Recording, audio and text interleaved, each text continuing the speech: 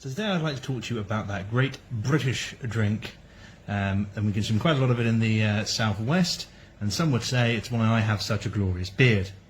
Cider.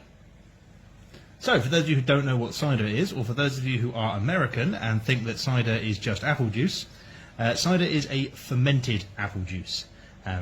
So for those of you who have never been to America and had that weird confusion, in America they call cider a warm apple juice normally served with cinnamon, very popular around the Christmas period. But over here it is a good hearty alcoholic drink that we enjoy more of per head than anywhere else in the world. We like our cider here in the United Kingdom.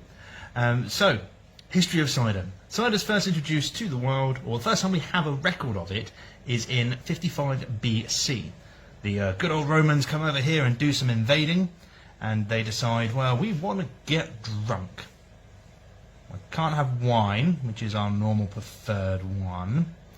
Beer's a pain in the arse to make, but these locals are drinking this weird stuff, and it's got a bit of a bittersweet taste to it, but we quite like it.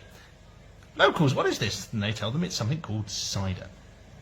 So they adopt to drinking cider.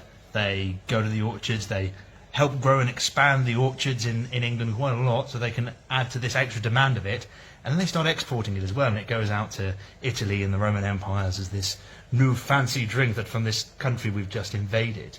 But they take on a lot of the English traditions as well, and because of that we have a lot of them still today. So for example, anyone may have heard of something called wassailing. Now, wassailing is a old Anglo-Saxon tradition, meaning good health. Good health. Wassail. Good health. And there's a tradition of wassailing where there's two types of wassailing. One is wassailing at someone's home.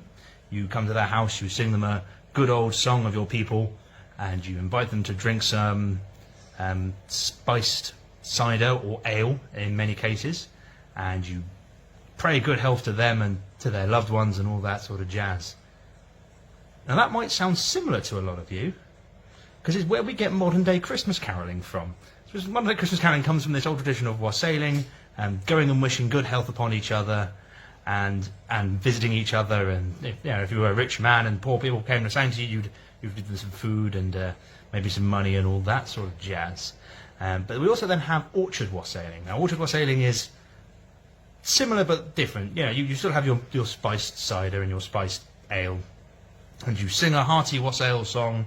And the idea behind this is it's done at Christmas and at the New Year sort of time, just as the apple trees are going to sleep.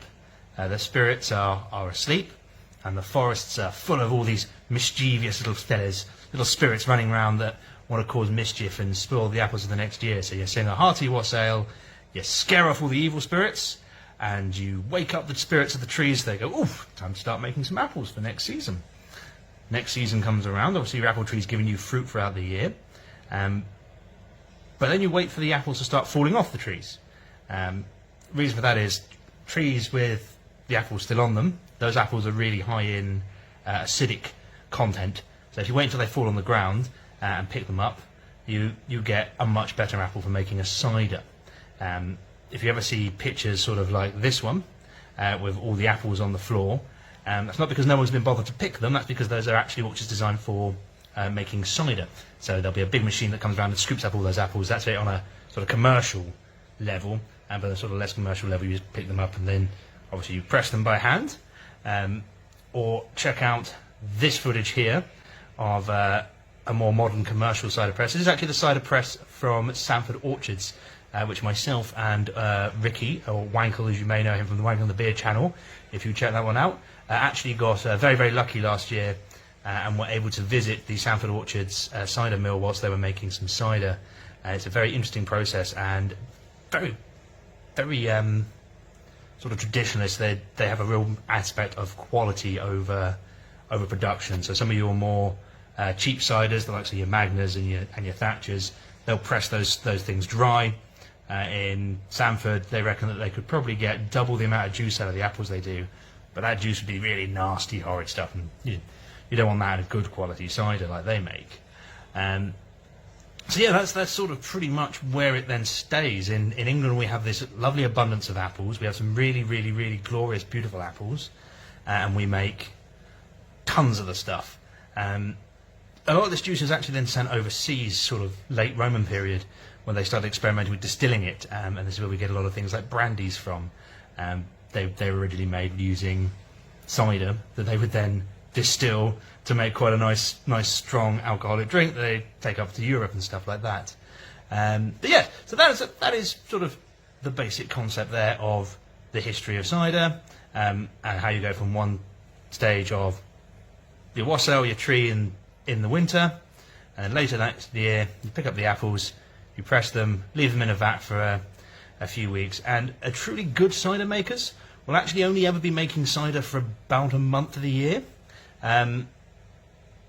just because if they're doing it on a big scale, they haven't really got that massive supply of apples. Smaller guys can get away with it because they only need a few apples to do their thing, but a big commercial place like Sanford, they only sort of go for a couple months of the year, and they make all of their cider, and then it's stored in massive vats. For anyone who's ever drunk the General, there's me and, again, Wankle from the Wankle and the Beer channel standing next to the General. A beautiful 200-year-old oak vat. And that's it. They make all the cider in that, and that's it for the year. So if you drink a lot of General, we could one day drink Sanford Drive General. Challenge to you all there. But yeah, so that's the basic knowledge of cider making. A big misconception that I'd like to address while I'm on the subject of cider making is fruit ciders. Now, a lot of people, when you go out on the town, will go, what would you like? Oh, I'd like a cider. Oh, so they've got any pear cider? Now, if it hasn't got apples in, it's not cider. This is a misconception that we get a lot now because people have been trying to bring in more alcoholic fruit drinks into the world. And how do you market them? How do you get people to go, oh, that sounds like a fun thing? So you call it a cider, when actually it's absolutely not a cider. It is just an alcoholic fruit drink, or in the case of pears, it is a perry. So, if it's not got an apple in it, it's not a cider. Where you'll find a lot of places like Sanford are doing nowadays, though, is they're making their lovely apple cider and then adding the juice of other fruits into it. So that is a cider that is then flavoured with fruit, which we sell here at the Exeter Arcade, and we will be selling all throughout lockdown through Deliveroo and through Uber Eats. And we are currently on the process of, if you want to order some of the drinks from us, you can do that directly with us. You just need to message us beforehand, let us know what the order is, and then arrange a time that you'll be coming to come and collect that. Obviously, you're on our page now, so you'll be able to do that should you desire. Other than that, we will see you tomorrow for another video, and we will no doubt, hopefully, see you all on Saturday for our live stream of the Virtual Pub Project Virtual Pub Quiz. See you soon.